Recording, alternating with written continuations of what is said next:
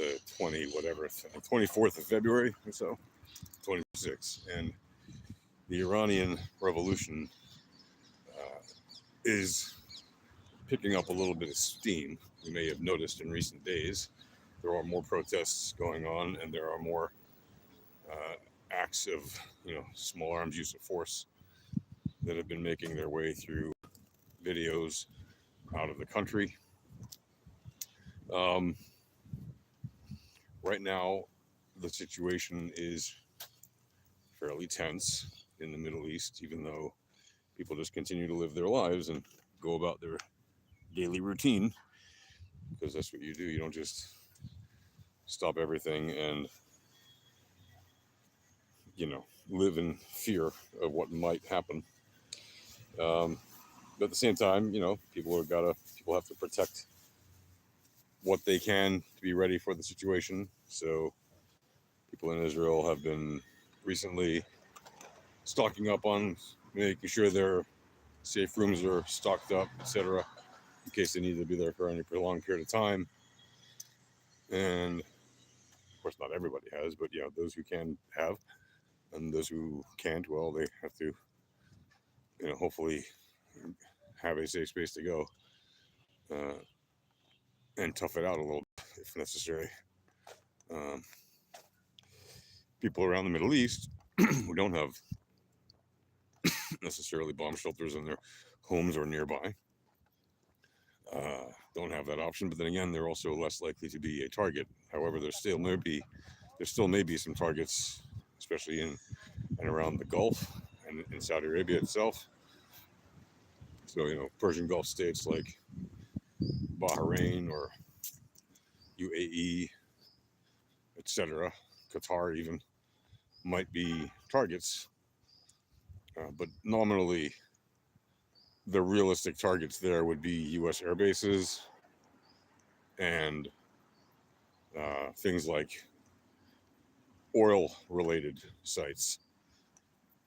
And if they did that, it would cause kind of all hell to rain down on the government of Iran very quickly. But if they're in a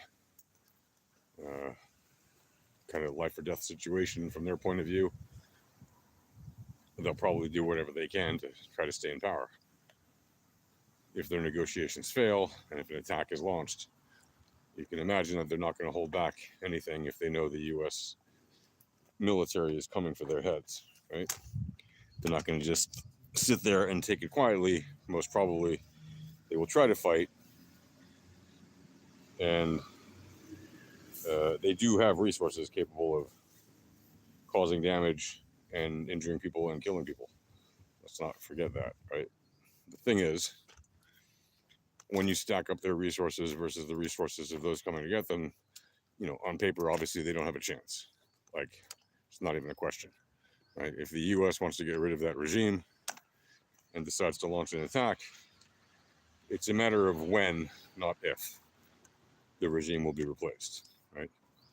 Like, they don't have anything worthy of stopping the U.S. from removing them from power, right?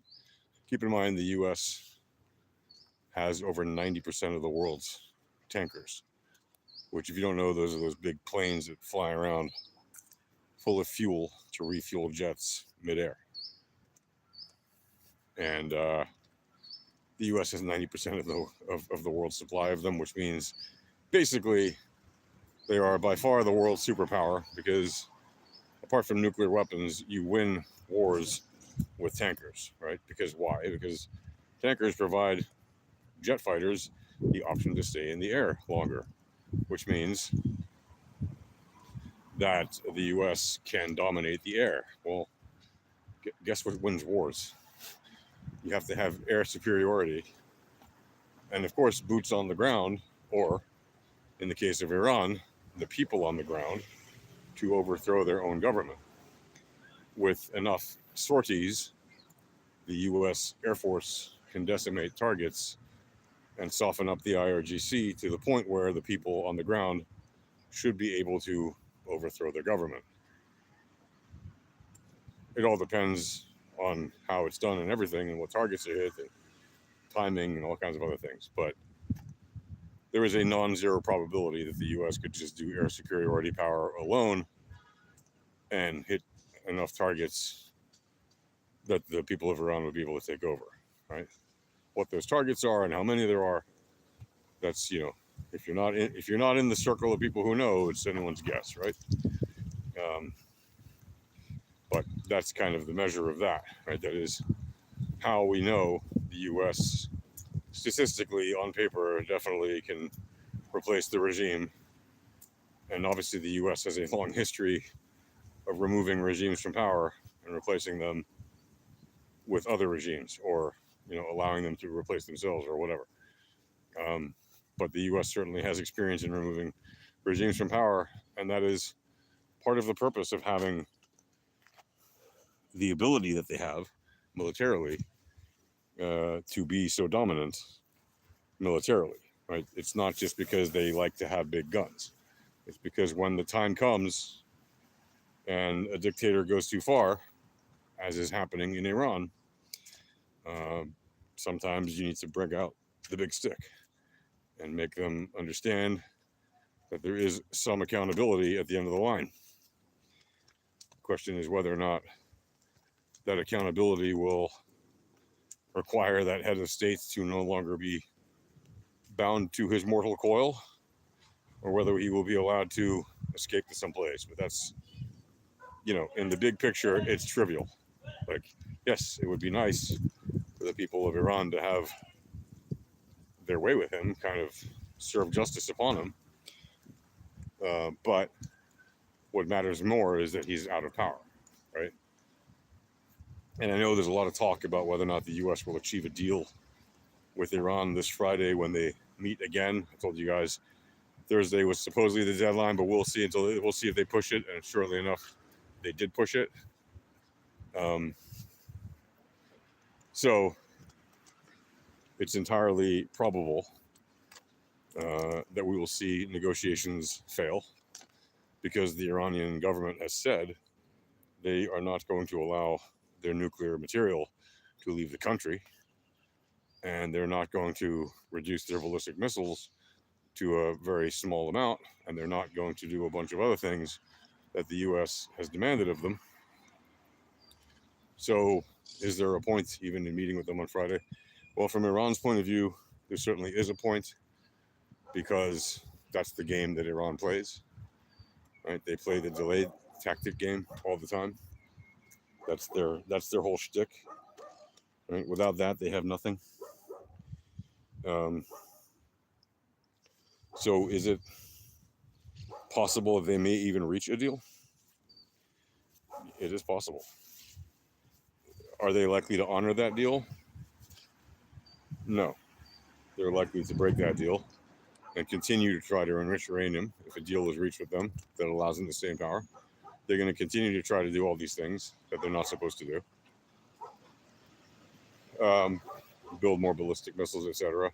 I mean, you can say, well, they have the right to build ballistic missiles. Sure. But if their intent is to build ballistic missiles in order to threaten the stability of the region and the world, well, then powers that be can and probably should take action to prevent that. Because why would we allow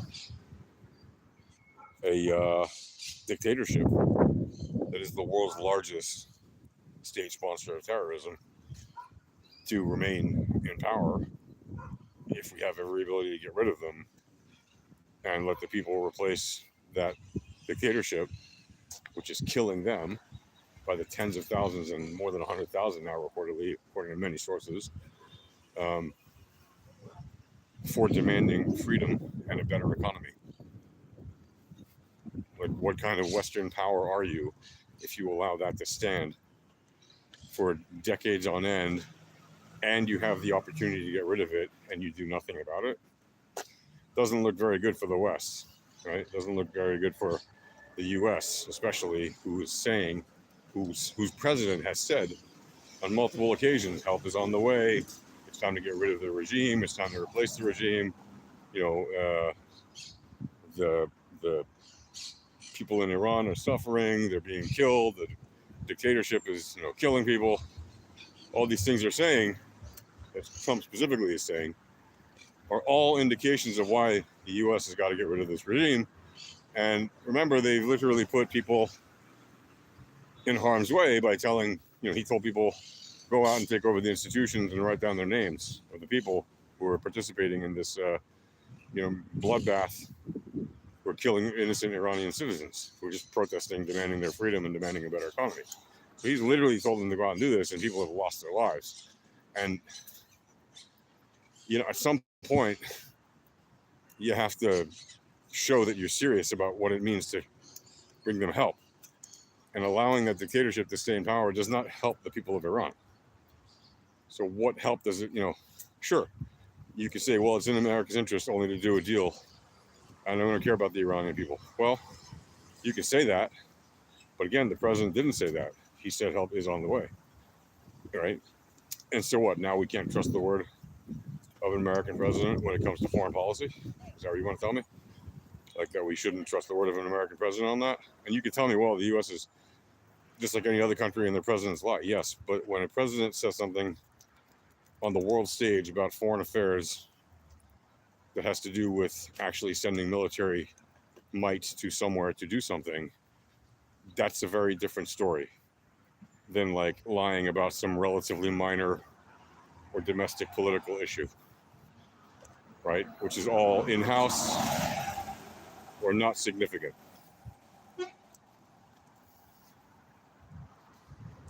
So that's what I'm saying about that.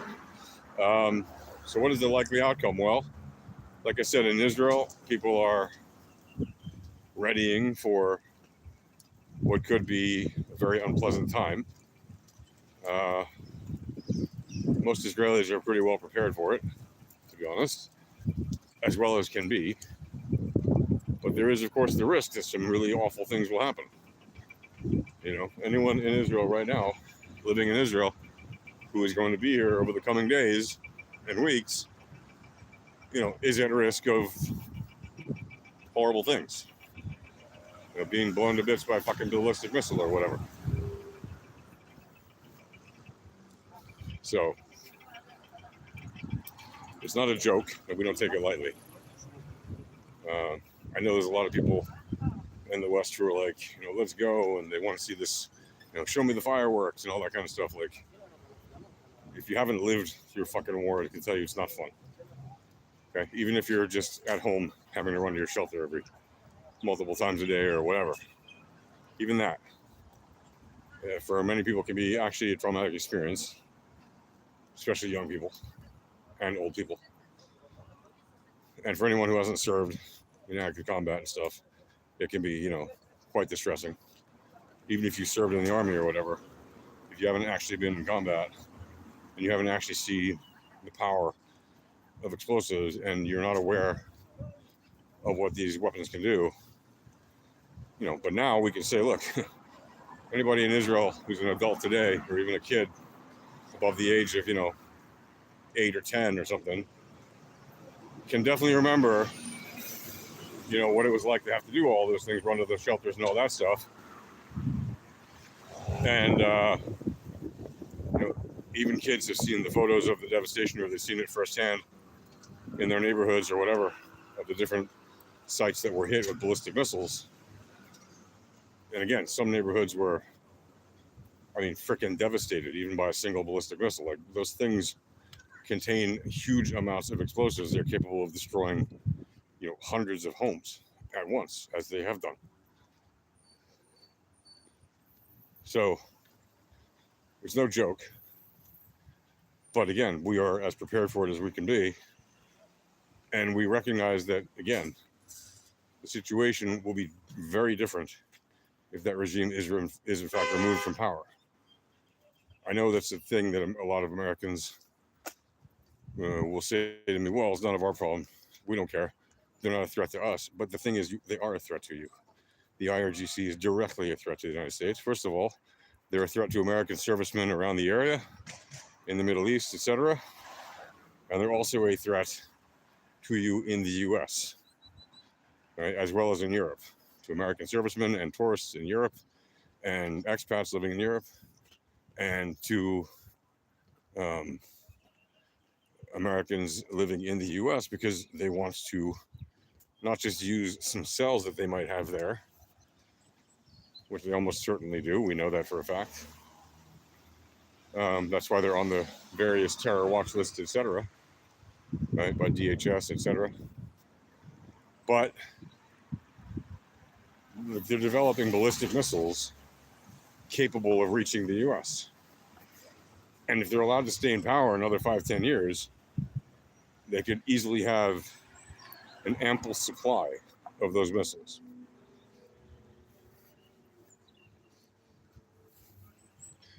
So keep that in mind.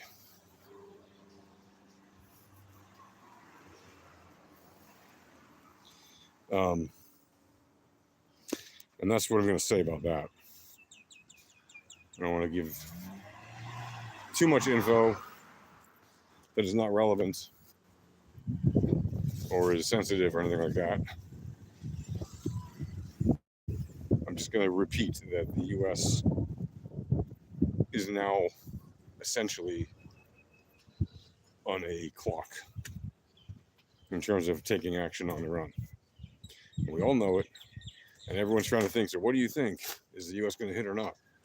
Listen, you can't predict what Trump is going to do in this situation. Every president will make up their mind in their own way. It is not an easy decision. It is not a light decision. I don't care what side of the political aisle you fall on. No president should ever, nor do I think does, take this decision lightly. You know, you can say, well, Trump's a bad guy or whatever. That doesn't mean he doesn't take this serious. There's a big difference between making stupid comments in speeches and having to make the actual decision to send people to do something that is dangerous, that you know they could die from doing it. And again, yes, the odds are overwhelmingly in favor of a U.S. victory should any military action happen. There's no question about that. But the question is, do I do this here? Kind of. The question is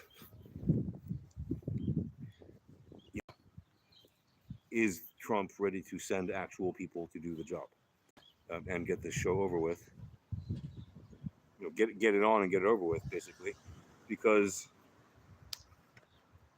you know the interests of the U.S. are very much at play here.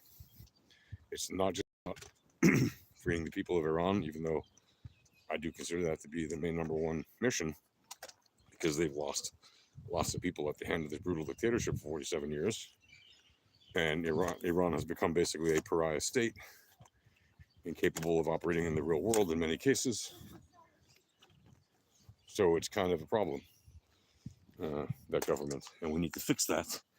And the number one way to fix that is to, in fact, replace that regime.